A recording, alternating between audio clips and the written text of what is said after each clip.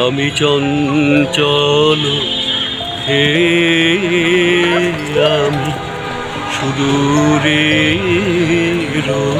পিয়াসী। আমরা তিনজন, মনির, অরুণ এবং আমি জাহিদ, আমরা তিনজন আজ চঞ্চল এবং সুদূরের পিয়াসী। আমরা আজকে এসেছি ঢাকা শহরের যে প্রকৃতি, যে সবুজ প্রকৃতি, সে প্রকৃতির অভ্যন্তরে।